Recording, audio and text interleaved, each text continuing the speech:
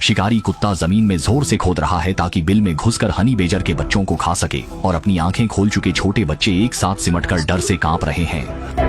जब तक पेहड़ू घर पर नहीं था, शिकारी कुत्ता मिट्टी तेजी से खोदने लगा। अगर उसे खोदने दिया गया तो पेहड़ू के छोटे बच्चे खतरे में पड़ जाएंगे, उनकी जान खतरे में होगी और शिकारी कुत्ता उन्हें चबा जाएगा। स्वादिष्ट शिकार देखकर शिकारी कुत्ते के मुंह से पानी टपकने लगा और वह तेजी से खोदने लगा। जैसे ही शिकारी कुत्ता सफल होने वाला था, पेहड़ू की पत्नी दौड़कर वापस आ गई।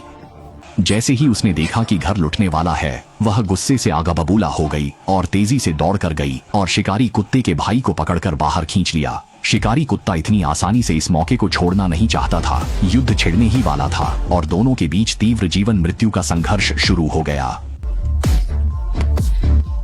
हालांकि हनी बेजर आकार में शिकारी कुत्ते से छोटा है, पर उसकी लड़ाई की ताकत कम नहीं। वहीं शिकारी कुत्ता खाने के लिए लंबे समय से घास के मैदान में धौंस जमा रहा है। दोनों के पास अद्भुत ताकत और काटने की क्षमता है, तो आज देखना है कि कौन जीतेगा। बच्चों की सुरक्षा के लिए उसने शिकारी कुत्ते को चकमा दिया और तुरंत गुफा में गई।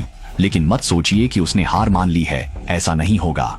तुरंत बाद वह फिर बाहर आई और शिकारी कुत्ते से मुकाबला करने को तैयार हो गई। इस समय दोनों अपनी पूरी ताकत लगा रहे थे, एक दूसरे को मात देने के इरादे से। शिकारी कुत्ते की काटने की ताकत तेज है, लेकिन फुर्तीली और छोटी पिंगटेल के लिए यह बड़ी बात नहीं। पैहड़ 100 क्रूर और निडर है। उसने कूदकर शिकारी कुत्ते को थप्पड़ मारा। अपमान सहन न कर पाने वाला शिकारी कुत्ता मौके का फायदा उठाकर पैहड़ 100 के सिर को काटता है।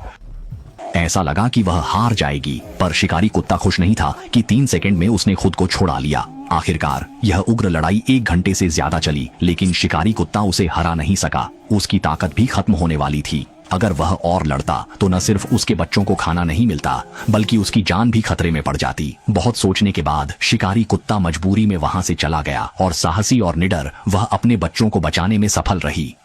यह दृश्य सच में दिल छूने वाला था।